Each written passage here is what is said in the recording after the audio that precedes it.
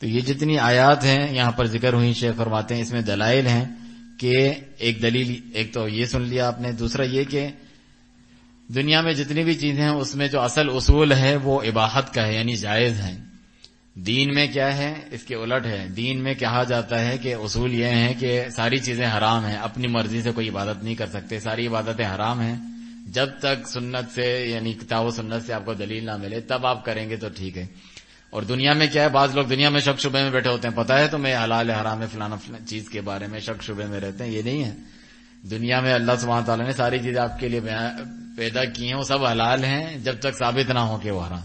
تو دنیا میں اس کے الٹ ہیں، جس کی دلیل یہ ہے، شیخ فرماتے ہیں یا ایھا الناس کلوا مما فی الارض حلالا طیبا، اے لوگوں، سب کو خطاب ہے، زمین میں جو بھی حلال ہے، طیب ہے، پاکیزہ چیزیں ہیں اس کو کھاؤ، اور ولا تتبعوا خطوات الشیطان، شیطان کے نقش قدم پر نہ چلو، اس کی پیروی نہ کرو، کیونکہ وہ باطل کی طرف بلاتا ہے، اور مومن کو چاہیے کہ اس کے پیچھے پیچھے نہ چلے، اس چیز پر چلے جو اللہ تعالیٰ کے انبیاء کرام علیہم الصلوۃ والسلام لے کر آئے، ہدایت اور علم۔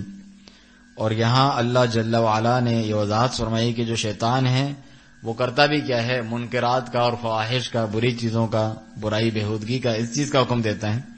اس میں ہر وہ چیز شامل ہے جس سے اللہ تعالیٰ نے منع کیا، چاہے وہ شرک ہو یا اس کے علاوہ، ساری شیطان کی پسندیدہ چیزیں ہیں۔ اور اس کے قدموں سے مراد ہے، اس کے خطوات، اس کے طریقوں میں سے یہ ہیں کہ وہ اللہ تعالیٰ کے ذمہ بغیر علم کے بات کرنے کی طرف بھی دعوت دیتا ہے۔ یہ بہت بڑی بات ہے، رسول اللہ صلی اللہ علیہ وسلم کے ذمہ بغیر علم کے بات کرنا حدیث بنا کر آگے بھیج دیتے ہیں لوگ۔ پہلے تو دیر سے پہنچتی تھی، کتابوں کی صورت میں، باتوں کی صورت میں، اب جو ہے نئی جدید ٹیکنالوجیز وغیرہ کے ذریعے سے یوں بس پھیل دیتے۔ رسول اللہ صلی اللہ علیہ وسلم نے فرمایا، علی مولا نے فرمایا، فلانا، ایسے کوئی دلیل ثبوت ہے ہی نہیں۔ اللہ نے اس کو حلال کیا، حرام اپنی طرف سے، یہ منع ہے۔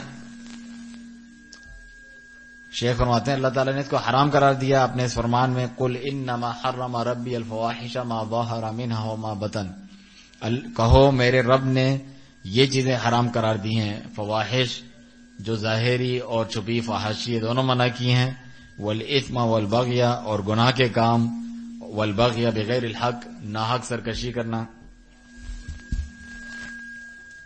وَأَن تُشْرِكُوا بِاللَّهِ مَا لَمْ يُنَزِّلْ بِهِ سُلْطَانًا، اور یہ کہ تم اللہ تعالیٰ کے ساتھ شریک کرو کسی ایسے کو جس کی کوئی دلیل اللہ نے نازل نہیں کی، اللہ کے ساتھ شرک کرنے کی تو کوئی دلیل ہے ہی نہیں۔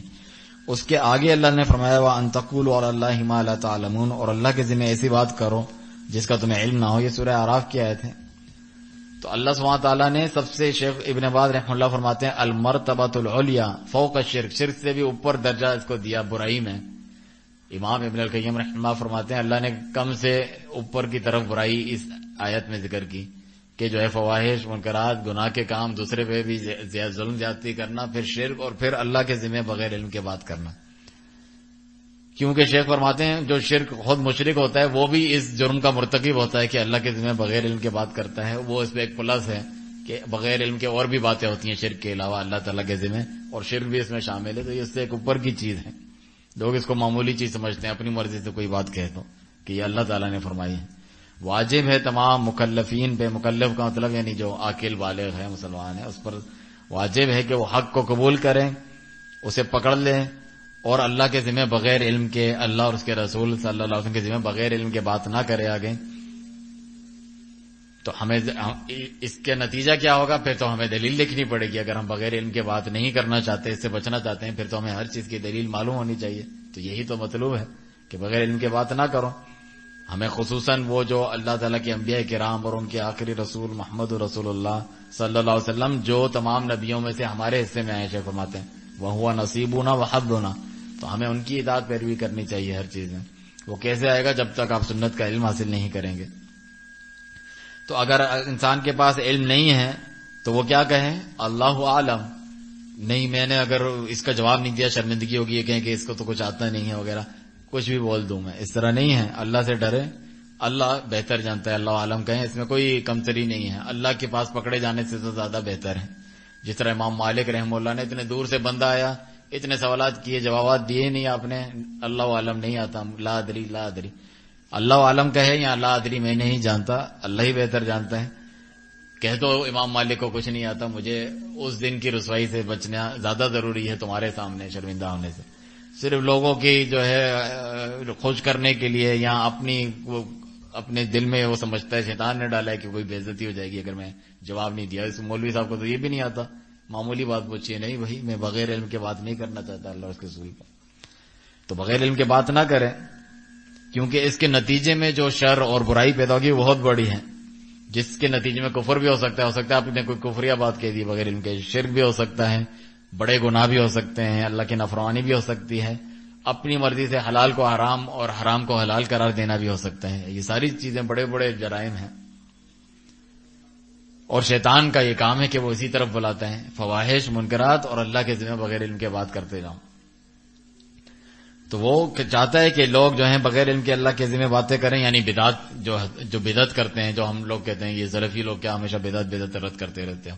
نیکی کا حکم دو، بس لوگوں کو کہو، فضائل بتاؤ، اچھے اعمال بتاؤ، جیسے بھی کر رہے ہیں. ایسا نہیں ہے، بدعت اگر دین میں نیا کام ہے، چاہے وہ آپ اچھا سمجھ کے کرتے ہیں، اللہ کے نزدیک وہ برا، گناہوں سے بڑھ کر ایک برا کام ہے کہ وہ اللہ کے ذمہ شریعت سازی کر رہا ہے، اپنی مرضی سے ایک چیز داخل کر رہا ہے کہ مجھے بھی کوئی حق حاصل ہے کہ اپنی مرضی سے فلاں عبادت جاری کر سکتا ہوں جس طرح اللہ تعالیٰ جاری کرتا ہے. تمہیں یہ حق حاصل نہیں ہے. ایک گنہگار انسان سے زیادہ وہ برا ہے. گنہگار انسان میں نے گناہ کیا، مانتا ہے میں برا ہوں، گناہ ہوں، اللہ تعالیٰ کے آگے وہ شرمندہ ہے، توبہ کرتا ہے، کم از کم اسے یہ تو پتا ہے. یہ تو دھڑلے سے یعنی مقابلہ کر رہا ہے کہ میں بھی شریک ہوں اللہ تعالیٰ کے ساتھ شریعت بنانے میں. جیسے بدعت اس وجہ سے بہت بری چیز ہے، لوگ سمجھتے نہیں کہ بدعت کو آپ اتنی بری چیز کیوں سمجھتے ہیں. تو شیطان اس طرف بلاتا ہے کہ آپ یہ چیزیں کریں، بغیر علم کے باتیں پھیلائیں اللہ تعالیٰ کے تعلق سے، تاکہ بدعت بڑھے، خواہش پرستی بڑھے لوگوں کی، اور جو حق بات ہے، سنت ہے، وہ کم سے کم ہوتی جائے.